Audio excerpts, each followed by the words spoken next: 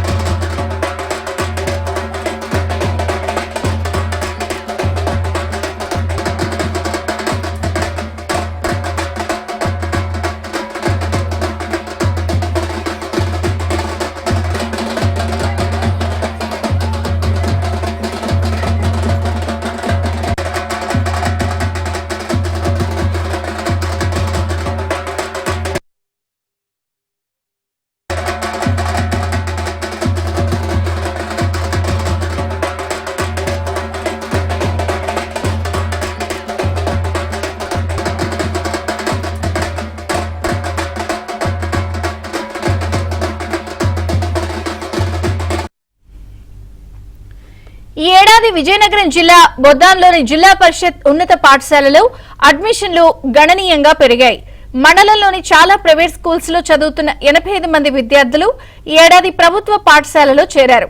వీరంతా ఒకేసారి స్కూల్ కు రావడంతో ఉపాధ్యాయులు బ్యాండ్ మేళంతో స్వాగతం పలికారు. పాఠశాల ప్రాంగణమంతా పండుగ వాతావరణాన్ని తలపించింది.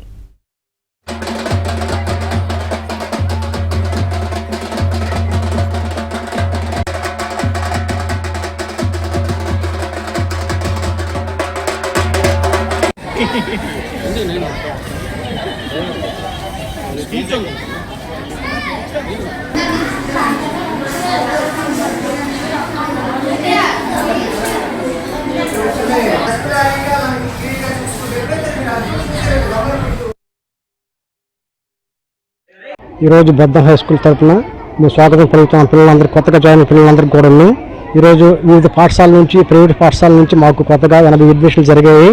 ఇది గత 3 నెలల నుంచి మా స్టాఫ్ మేము అందరం కూడా ప్రతి గ్రామం వెళ్ళి ప్రతి ఇంటికి వెళ్ళి విద్యార్థులను మోటివేట్ చేసి పేరెంట్స్కి ప్రభుత్వం ఇస్తున్న పథకాలని అదేవిధంగా అధికారులు ఇస్తున్న ప్రోత్సాహాన్ని తెలియజేశాము. తద్వారా మాకు ఈరోజు ఈ సంవత్సరం మాకు చాలా ఎక్కువ అడ్మిషన్లు జరిగాయి. 80 వరకు ఫస్ట్ డే మాకు జరిగాయి.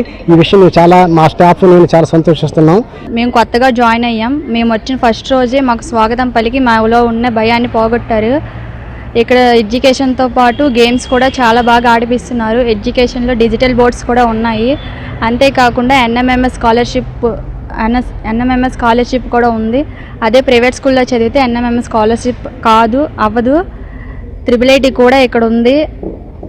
గేమ్స్ కూడా చాలా కోర్స్ ఉన్నాయి. అందువల్ల మా పేరెంట్స్ ఇక్కడ నన్ను జాయిన్ చేశారు. మేము కూడా ఇంట్రెస్ట్తో చదువుతున్నాం.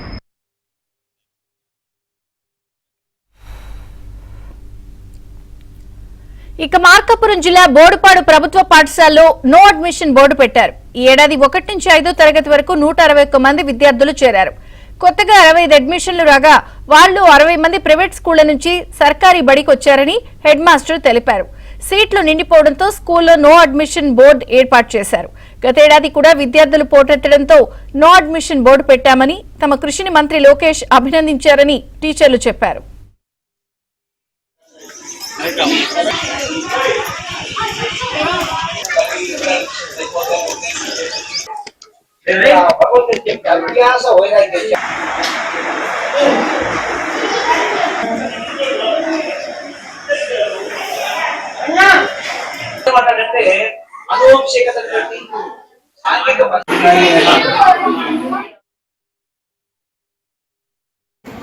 ఇక్కడ 36 మంది పిల్లలతో ఇక్కడ స్టార్ట్ అయ్యింది.